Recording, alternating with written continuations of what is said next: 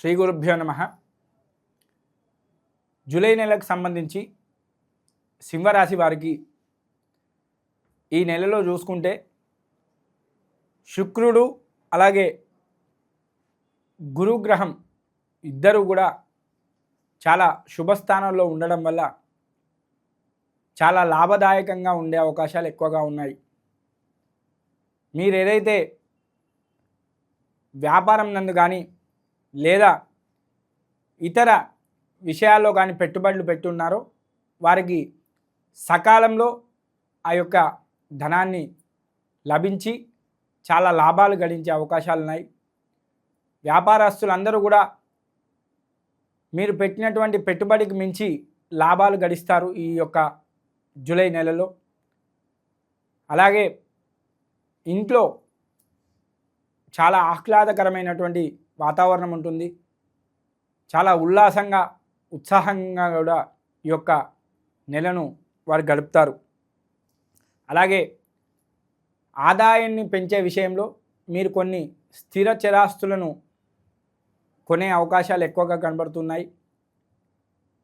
ఈ స్థిర చరాస్తుల ద్వారా మీకు చాలా లాభదాయకంగా లాభాలు గడించే అవకాశాలు ఉన్నాయి. అలాగే ఏదైనా అమ్మకాలకు సంబంధించి కూడా మీరు లావాదేవీలు జరుపుతున్నట్టయితే అట్టి లావాదేవీలు కూడా మీకు చాలా లాభాలు గడించి చాలా ఆనందాన్ని ఆహ్లాదాన్ని కూడా ఇచ్చే అవకాశాలు ఎక్కువగా ఉన్నాయి. అలాగే మీరు చేస్తున్నటువంటి ఏవైతే వృత్తులు అంటే ముఖ్యంగా ఉద్యోగస్తులు ఉద్యోగాలు కానీ వ్యాపారాలు కానీ అలాగే వ్యవసాయదారులు వ్యవసాయం కానీ ఇలాంటి వాళ్ళందరికీ కూడా చాలా లాభదాయకంగా చాలా ఆహ్లాదకరంగా ఉంటుంది. ముఖ్యంగా ఉద్యోగస్తులకు సంబంధించి ఇంక్రిమెంట్లు కానీ లేదా ప్రమోషన్లు కానీ ఆగిపోయి ఉన్నాయో అవన్నీ కూడా మీకు ఈ నెలలో అంది చాలా ఆనందంగా ఉత్సాహంగా మీకు పెంపొందించే అవకాశాలు ఎక్కువగా ఈ యొక్క రాశి వారికి కనబడుతున్నాయి. అలాగే మీరు లాభాల కోసం పోయి ఆర్భాటాలకు పోతారు. ఆ ఆర్భాటాల విషయంలో కూడా కొద్దిగా జాగ్రత్తగా ఉండడం అనేది చాలా మంచిది. విందులు వినోదాలని చెప్పి ఆహ్లాదకరంగా గడపడానికి చాలా ప్రాధాన్యతను ఈ నెలలో ఇస్తారు. కాబట్టి ఈ ధనం అనేది వృధా ఖర్చు ఎక్కువగా అవుతుంది. కాబట్టి ఆ విషయంలో కొద్దిగా 1-2 సార్లు ఆలోచించుకొని మీరు ఖర్చు చేయడం అనేది చాలా మంచిది. అలాగే ఏదైనా విద్యార్థులకు సంబంధించి విదేశీ యానానికి సంబంధించి కూడా వారు ప్రయత్నాలు చేస్తున్నారో వారికి ఈ నెలలో తప్పకుండా వీసా లభించి వారు విదేశీ యానం చేసే అవకాశాలు మెండుగా కనబడుతున్నాయి. అలాగే ఏదైనా యూనివర్సిటీలు కానీ లేదా ఏదైనా పరీక్షలు రాసి ఉత్తీర్ణత సాధించడానికి చూస్తున్నటువంటి విద్యార్థులందరికీ కూడా ఆశించినటువంటి ఫలితాలు వచ్చి వారందరూ కూడా చాలా సంతోషంగా ఉండే అవకాశాలు ఎక్కువగా ఉన్నాయి. అలాగే మీరు బంధుమిత్రులతో కలిసి చాలా తీర్థయాత్రలు కానీ పుణ్యక్షేత్రాలు కానీ ఈ నెలలో సందర్శించే అవకాశాలు ఉన్నాయి. కానీ ఖర్చు విషయంలో మాత్రం చాలా జాగ్రత్తగా ఉండడం అనేది చాలా మంచిది. వ్యర్థ ఖర్చు అంటే మీకు వచ్చిన లాభాల్లో నుంచి కొద్దిగా ఖర్చు ఎక్కువగా అయ్యే అవకాశాలు ఎక్కువగా ఉన్నాయి. కాబట్టి ఆ విషయంలో చాలా జాగ్రత్తగా ఉండడం అనేది చాలా మంచిది. అలాగే మీకు ఈ యొక్క నెలలో వస్త్రానికి సంబంధించి కానీ లేదా ధనానికి సంబంధించి కానీ లేదా ధాన్యానికి సంబంధించి కానీ మీకు ఏవైతే ఆగిపోయి ఉన్నాయో అవన్నీ కూడా మీరు తిరిగి పొందే అవకాశాలు ఎక్కువగా ఉన్నాయి. చాలా సెంటిమెంట్ వస్తువులన్నింటినీ కూడా భద్రపరచుకొని చాలా జాగ్రత్తగా కూడా ఈ నెలలో మీరు చూసుకుంటూ ఉంటారు. ముఖ్యంగా ఈ యొక్క రాశి వారికి సంబంధించి కోర్టులో కేసులున్నా కూడా అట్టి కేసుల్లో తప్పకుండా విజయం సాధిస్తారు. ఆ విజయం మీ ఇంటి అందు అలాగే మీ కుటుంబం యందు కూడా చాలా సంతోషాన్ని నింపుతుంది. అలాగే మీరు ఏదైతే వ్యాపారం కానీ లేదా ఇతర రాజకీయాలకు సంబంధించి కానీ లేదా సినిమాకు సంబంధించి కానీ ఈ రాశి వారు ఉన్నారో వారందరికీ కూడా ఈ యొక్క నెల చాలా కలిసి వస్తుంది. అలాగే లాభదాయకంగా కూడా ఉంటుందని కూడా చెప్పుకోవచ్చు.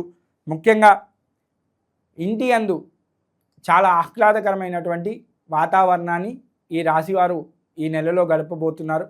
అలాగే ముఖ్యంగా చెప్పాలంటే వారికి అనుకున్నవి అనుకున్నట్టుగా తగిన సమయంలో అందే అవకాశాలు ఎక్కువగా ఉన్నాయి.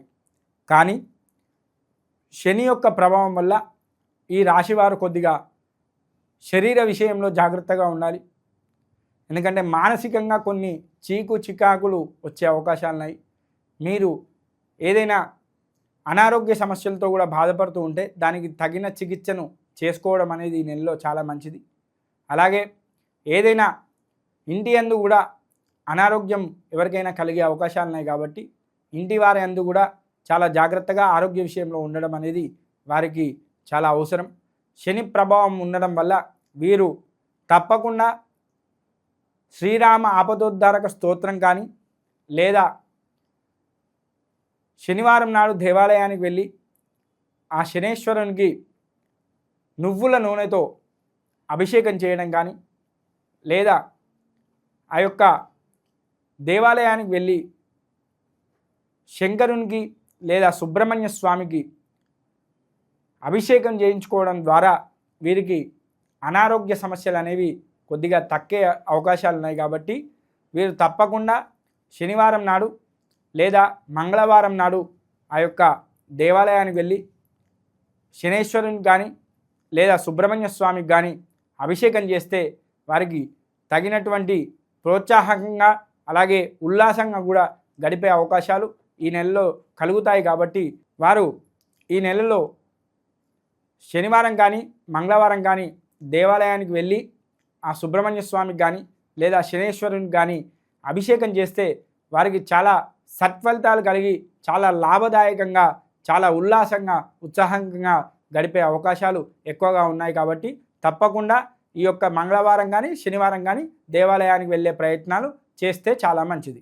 వ్యవసాయదారుల విషయంలో కూడా వారు కొద్దిగా ఇనుముకు సంబంధించినటువంటి లేదా నల్ల ధాన్యాలకు సంబంధించినటువంటి పంటలు కానీ వేరే ఎటువంటి ఏర్పాట్లు కానీ చేసుకునే అవకాశం ఉంటే వారు కొద్దిగా దూరం ఉండడం అనేది చాలా మంచిది. నల్ల ధాన్యాలు కానీ లేదా నల్ల మట్టికి సంబంధించినటువంటి పంటలు ఏవైతే ఉన్నాయో ఆ పంటల విషయంలో ఈ రాశివారు వ్యవసాయదారులు చాలా జాగ్రత్తగా ఉండడం మంచిది. ఇనుముకు సంబంధించినటువంటి వ్యాపారస్తులు కానీ లేదా ఇనుముకు సంబంధించినటువంటి లావాదేవీలు చేసేటటువంటి వ్యక్తులు కానీ కొద్దిగా ఈ యొక్క ఇనుము విషయంలో కానీ నల్ల ధాన్యాల విషయంలో కానీ నల్ల పంటల విషయంలో కానీ కొద్దిగా జాగ్రత్తగా ఉంటే వారికి లాభదాయకంగా ఉండే అవకాశాలు ఎక్కువగా ఉంటాయి.